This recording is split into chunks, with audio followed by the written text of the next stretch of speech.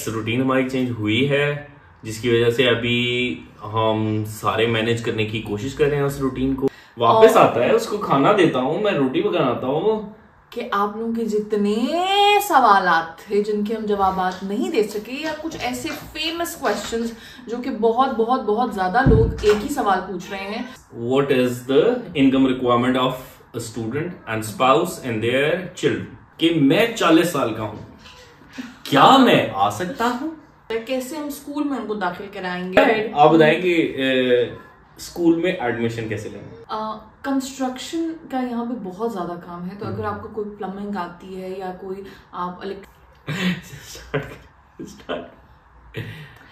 अस्सलाम वालेकुम, क्या हाल चाल है आप सबके? अस्सलाम वालेकुम, क्या हाल चाल है आप सबके? वाह वाह वाह वाह वाह। सबसे पहले I would like to apologise, आपसे बहुत बहुत माफी मांगना चाहेंगे, इसलिए क्योंकि बहुत अरसे से व्लॉग पेंडिंग चल रहा है, नहीं हम कर पा रहे कोई व्लॉग, आप लोगों से बात नहीं कर पा रहे हैं, बहुत सारे लोगों को जवाब नहीं दे पा रहे हैं बहुत सारे सवालात का। उसके पीछे बहुत बड़ी वजह है, हम आपको इग्नोर बिल्कुल नहीं कर रहे, लेकिन हमारा थोड़ा सा जो रूटीन है वो चेंज हो गई है, और उसके बारे में हमें बताएंगे हसन अली। रूटीन के बारे में यस रूटीन हमारी चेंज हुई है, जिसकी वजह से अभी हम सारे मैनेज करने की कोशिश कर रहे हैं उस रूटीन को। और उस रूटीन को मैनेज करने के चक्कर में हम लोग ना एडिटिंग कर पाते हैं, ना ब्लॉग डाल पाते हैं। मेरे लिए भी बहुत सारी नई चीज़ें हैं, मेरुनिसा के लिए भी बहुत सारी नई चीज़ें हैं। मेरुनिसा के लिए तो बहुत सारी नई चीज़ें नहीं हैं, सारी पुरानी चीज़ें उनकी ज़िंदगी में दोबारा वापस आ गई हैं। पढ़ाई मतलब नई चीज़ों ने।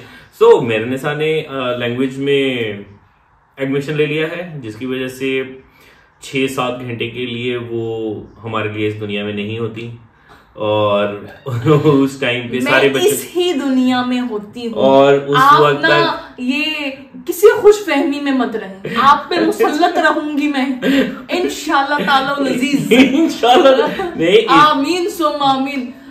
यकथू बस हमने कोई फजूल बात नहीं। उतना टाइम के लिए 6-7 घंटों के लिए सारे बच्चों को मैनेज करना होता है। सारे बच्चों को नहीं करना होता है, बड़े वाला मेरा बेटा जो है वो स्कूल जाता है, वो चला जाता है, वापस आता है, उसको खाना देता हूँ, मैं रोटी बनाता हूँ, खाना मैं बना के जाती हूँ, ये सिर्फ रोटी बनाते हैं। हाँ, that's a very good thing. ये और अपनी बीवी को हेल्प आउट करना बहुत अच्छी बात होती है भाई। बर्तन धोता हूँ, बहुत अच्छी बात है, हमारे नबी भी अपने घर के सारे काम करते थे, तो इसमें कौन सी बड़ी बात है? हाँ, तो बड़ी बात तो नहीं है, लेकिन मैं मैनेज करने की कोशिश कर रहा हूँ। मैं वैसे ये अच्छी बात है।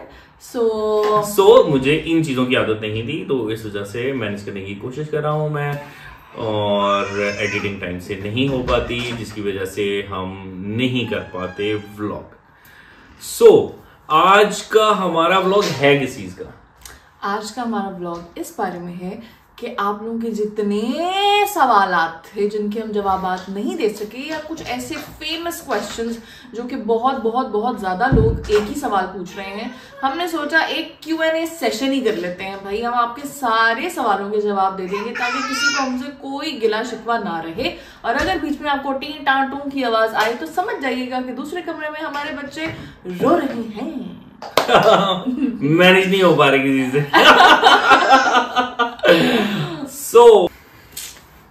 Yes, most famous question of all is what is the income requirement of a student and spouse and their children.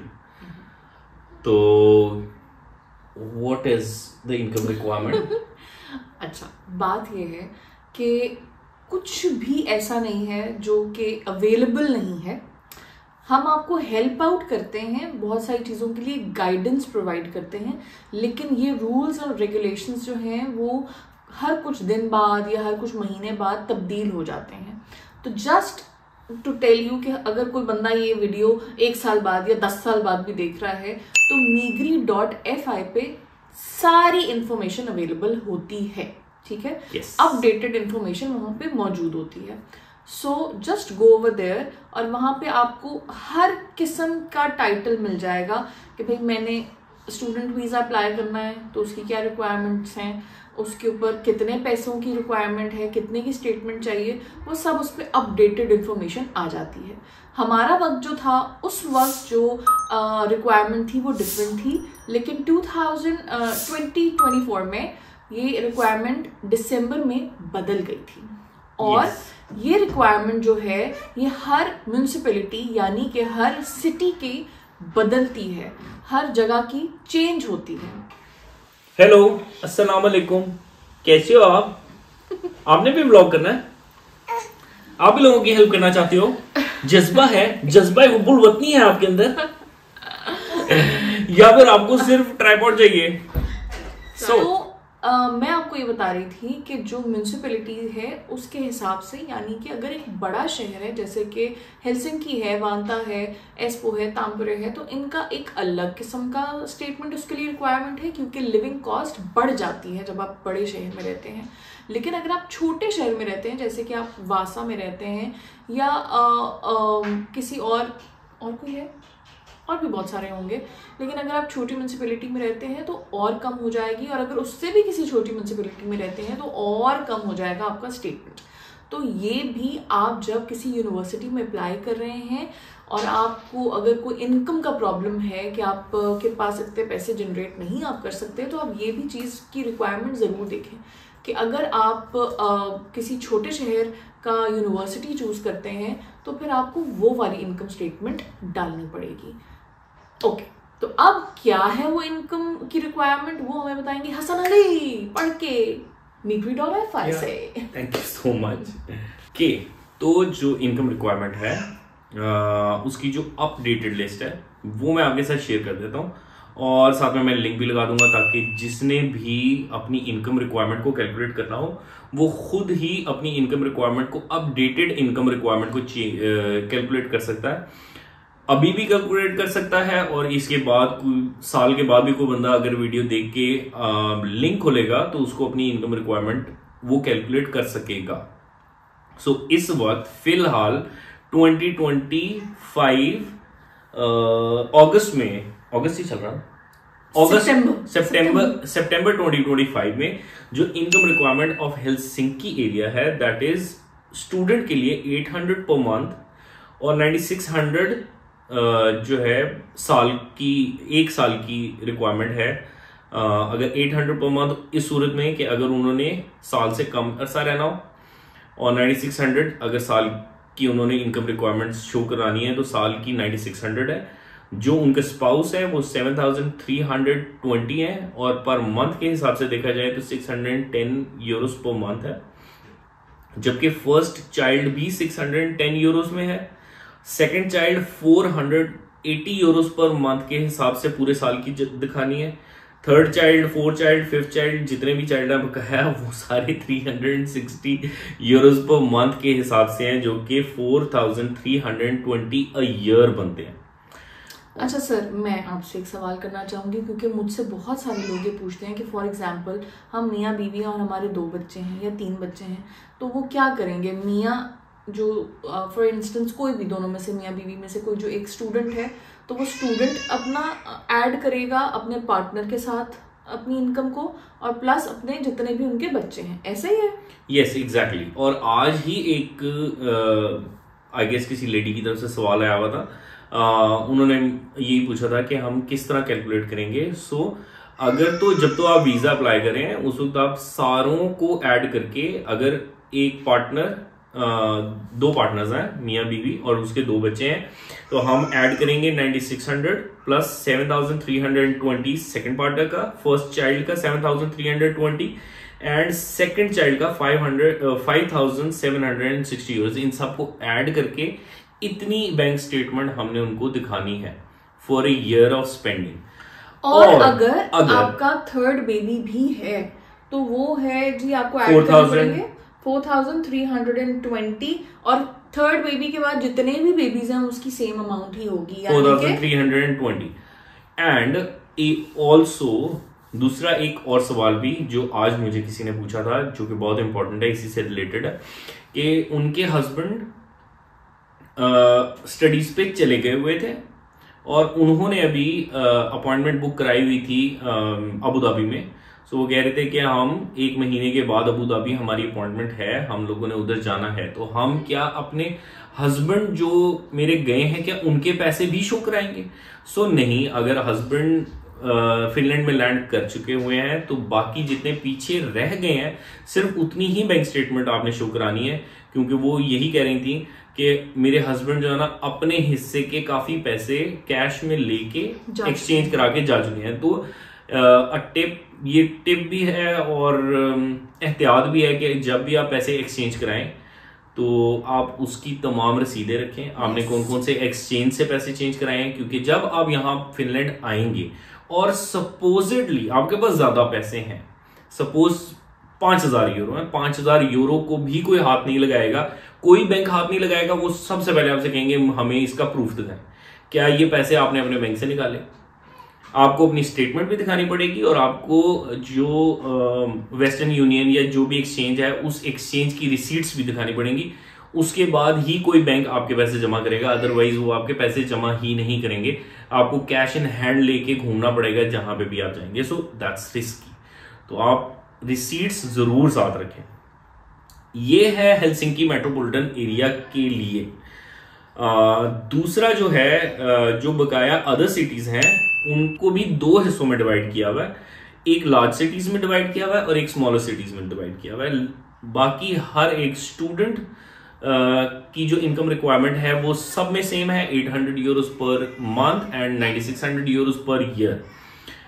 Spouse की जो स्पाउस की डिटेल्स हैं वो चेंज हो रही हैं सब में।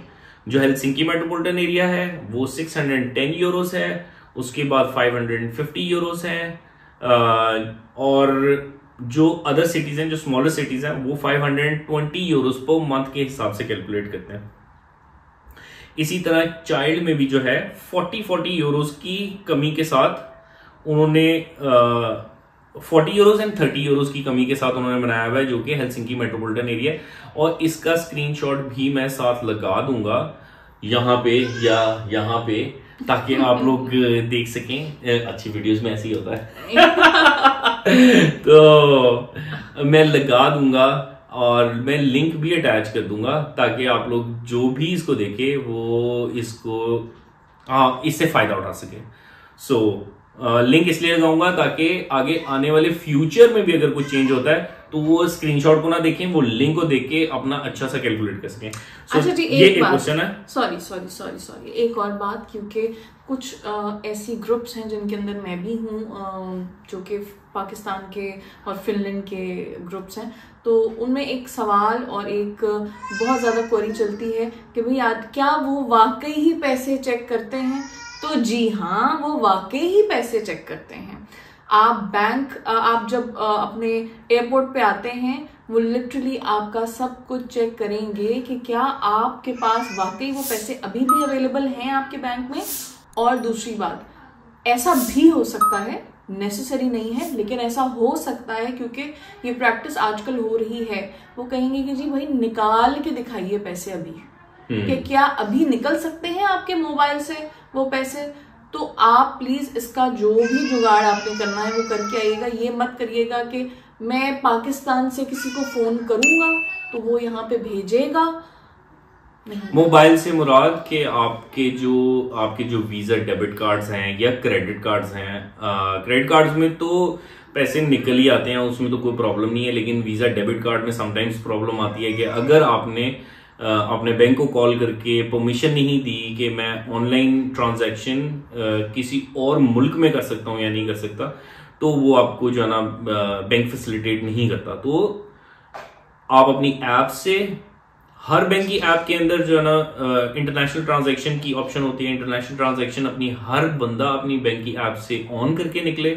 दूसरे नंबर पे अपने बैंक की हेल्पलाइन पे कॉल करके भी उनको बता दें कि मैं 1 साल के लिए या 2 साल के लिए मैं फिनलैंड जा रहा हूं, सो मेरी इंटरनेशनल ट्रांजैक्शन फिनलैंड के लिए काइंडली खास तौर पर फिनलैंड के लिए तो अप्रूव करवाएं ना, बाकी मुल्कों के लिए भी अप्रूव करवाएं, लेकिन फिनलैंड के लिए जरूर अप्रूव करवाएं। तो जो क्रेडिट कार्ड वाले लोग हैं वो तो बहुत सेफ हैं, लेकिन जो दूसरे डेबिट कार्ड वाले लोग हैं उनमें थोड़ा सा प्रॉब्लम होता है। लेकिन इंशाल्लाह ताला ज्यादा प्रॉब्लम नहीं होगा, अल्लाह करे आपके साथ ऐसा ना हो। और प्लीज ये अगर कोई खातून आ रही है अपने बच्चों के साथ या जिनका रोजमर्रा का बैंक के साथ कोई इंटरेक्शन नहीं है, तो प्लीज ये एक दफा सीख के आइए, क्योंकि ये ना हो कि एयरपोर्ट से वो आपको वापसी का रास्ता दिखा दें, क्योंकि ऐसा होता है और ऐसा हो चुका है।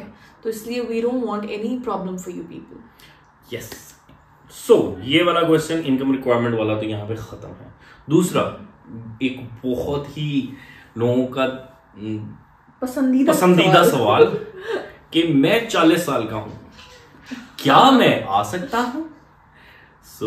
इसका जवाब क्या है? यस बिल्कुल आ सकते हैं, बिल्कुल आ सकते हैं। अगर आपने हमारी वीडियो गौर से देखी हो जिसमें हमने बताया था कि भाई हम यहाँ कैसे आए थे, तो उसमें मैंने बताया था कि हमने फिनलैंड को चूज ही इसलिए किया था क्योंकि इसमें किसी किस्म का नंबर 1 कोई स्टडी गैप का कोई मसला नहीं है, और ना ही कोई पॉइंट सिस्टम है कि भाई आपकी जैसे जैसे उम्र बढ़ती जाएगी तो आपके भाई पॉइंट्स कम हो जाएंगे और आप नहीं आ सकते, ऐसा कुछ नहीं है। तो even if you are 40 years old, even if you are 50 years old, it doesn't matter, आप यहाँ आ सकते हैं पढ़ने के लिए, और आपको वो वीजा देंगे भाई, उनको चाहिए। We have been friends with people जो कि अपने प्रोविडेंट फंड्स लेकर आए, रिटायरमेंट के बाद प्रोविडेंट फंड्स लेकर आए।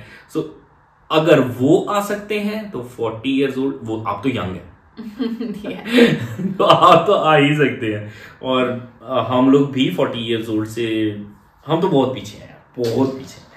हम तो अभी टीन्स ऑब्वियसली who's 40 so ये एक बहुत पसंदीदा क्वेश्चन है। उसके अलावा आप भी तो कंट्रीब्यूट करें। लो जी, सारा मैंने ही बताना है। अच्छा जी, मैं कर देती हूँ कंट्रीब्यूशन के लिए। ये है कि बहुत सारी मदर्स जो हैं वो मुझसे पूछती हैं कि भाई वहाँ आके बच्चों के साथ क्या होता है, कैसे हम स्कूल में उनको दाखिल कराएंगे, और क्या उनको इंग्लिश में पढ़ना पड़ेगा या फिनिश में पढ़ना पड़ेगा, फिनिश तो उनको आती नहीं है, वो कैसे पढ़ेंगे। तो there is a lot of confusion about it. अच्छा जी, हमें यहाँ पे आए हुए ज़्यादा वक्त नहीं हुआ है, हमें पूरा 1 साल हो गया है अब हमें। तो जब मैं यहाँ आने वाली थी तो I had the same questions in my mind कि भाई क्या होगा, कैसे होगा। मेरे बच्चे माशाल्लाह, एक मेरा बेटा उस वक्त 8 साल का था और जो मेरी बेटी थी वो 4 years की थी उस वक्त, और मैंने अपनी बेटी को माशाल्लाह जो 4 साल की है, लेकिन मैंने उसको स्कूल में एज सच कराया ही नहीं था रेगुलर पढ़ाई के लिए, क्योंकि मुझे पता था कि यहाँ जब आएंगे तो उसके दिमाग में वो कंफ्यूजन आ जाएगी कि भाई मैंने इंग्लिश पढ़नी है, मैंने उर्दू पढ़नी है, मैंने फिनिश पढ़नी है, मैंने क्या करना है। तो अगर आप भी आपका कोई बच्चा छोटा है तो और आपका यहाँ आने का प्लान भी है, तो प्लीज़ आप उसको अभी स्कूल में दाखिल कराएं ही मत, उसको यहाँ आके एक ही दफ़ा स्कूल में दाखिल कराइएगा। यहाँ की जो रिक्वायरमेंट है स्कूल की, उसके लिए 7 years का होना चाहिए बच्चे को।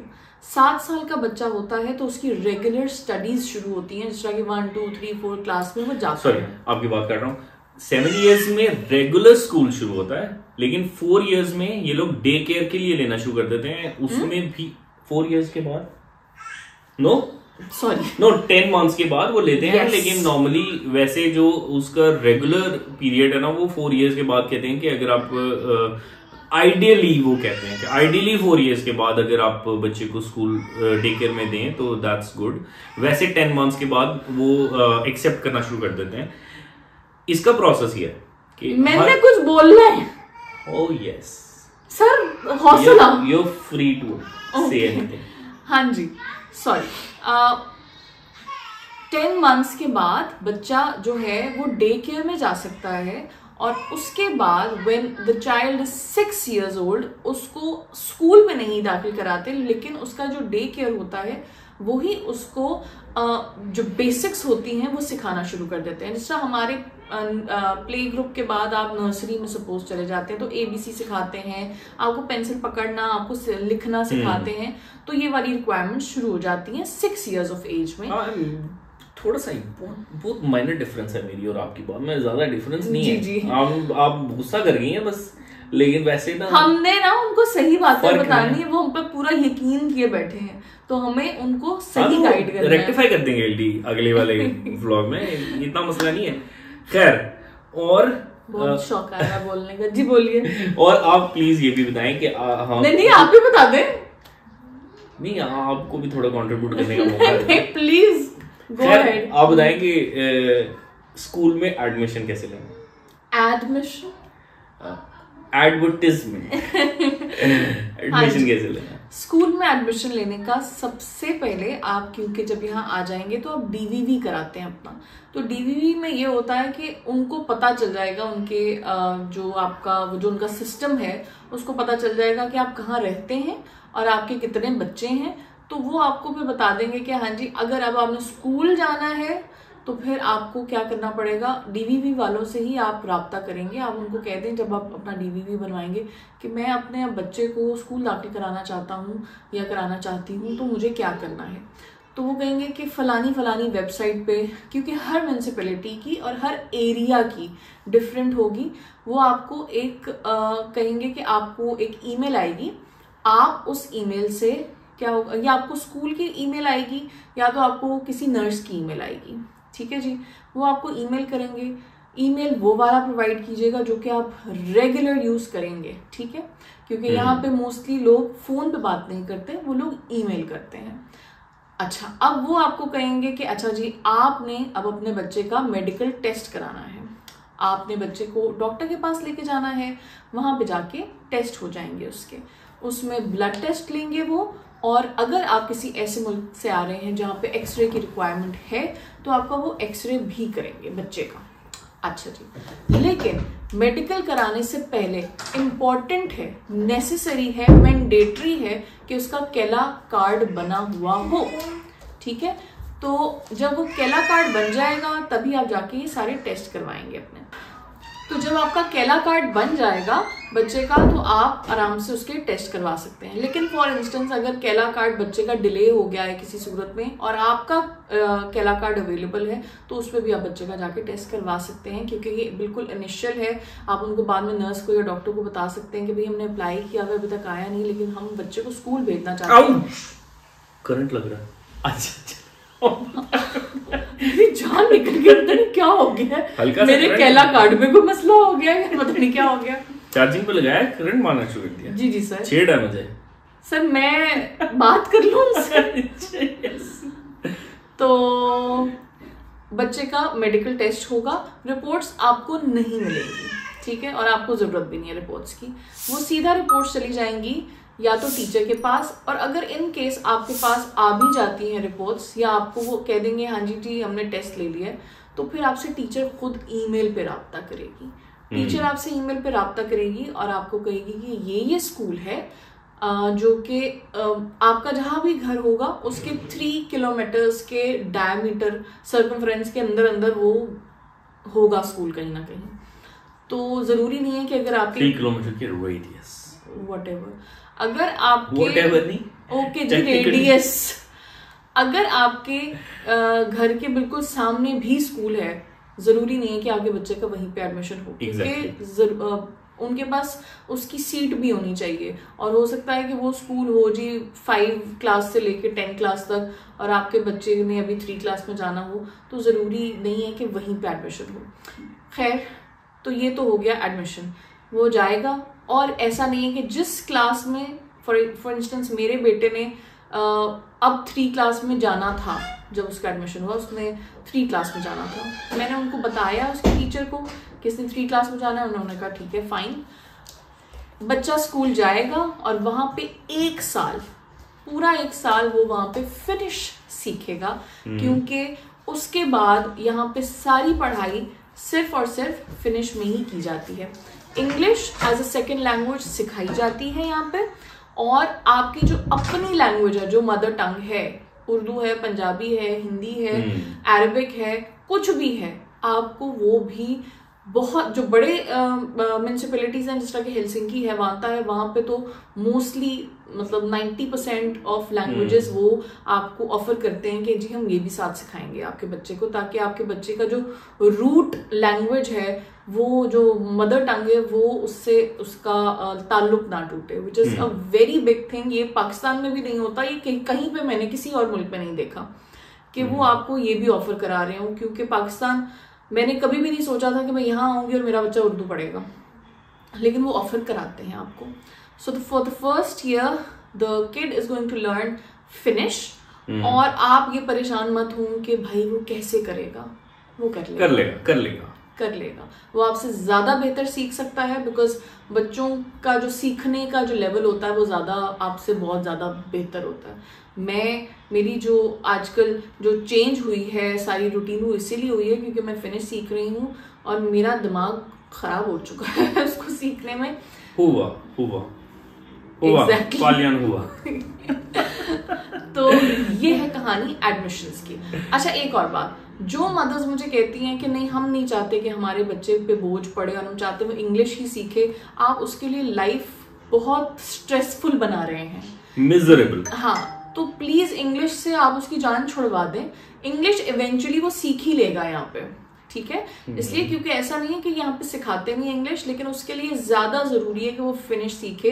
अगर आपको सिटीजनशिप की रिक्वायरमेंट पूरी करनी है, अगर आप चाहते हैं वो यहाँ पे सर्वाइव कर जाए, तो finish is not necessary, it is not important, it is life, ठीक है। जैसे ऑक्सीजन होती है ना, yes, exactly. वैसे ही है। आपको फिनिश जितना जल्दी आप बच्चे को उसमें डाल सकें प्लीज उसमें डालें, इंग्लिश के पीछे मत पड़ें। ओके और इसके अलावा एक मैंने सवाल निकाल के रखा हुआ है जो कि बहुत ज्यादा लोग पूछते हैं कि what is the job situation in Finland.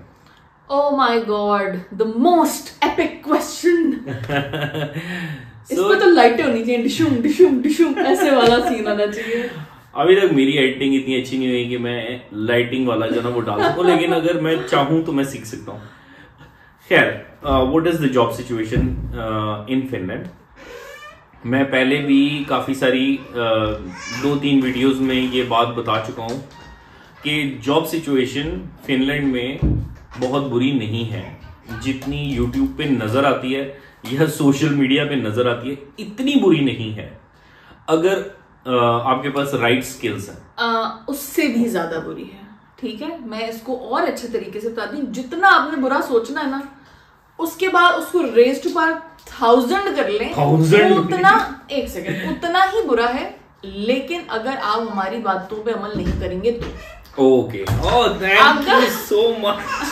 अगर आप हमारी बातों पे अमल कर लेंगे तो आपका बहुत भला हो जाएगा।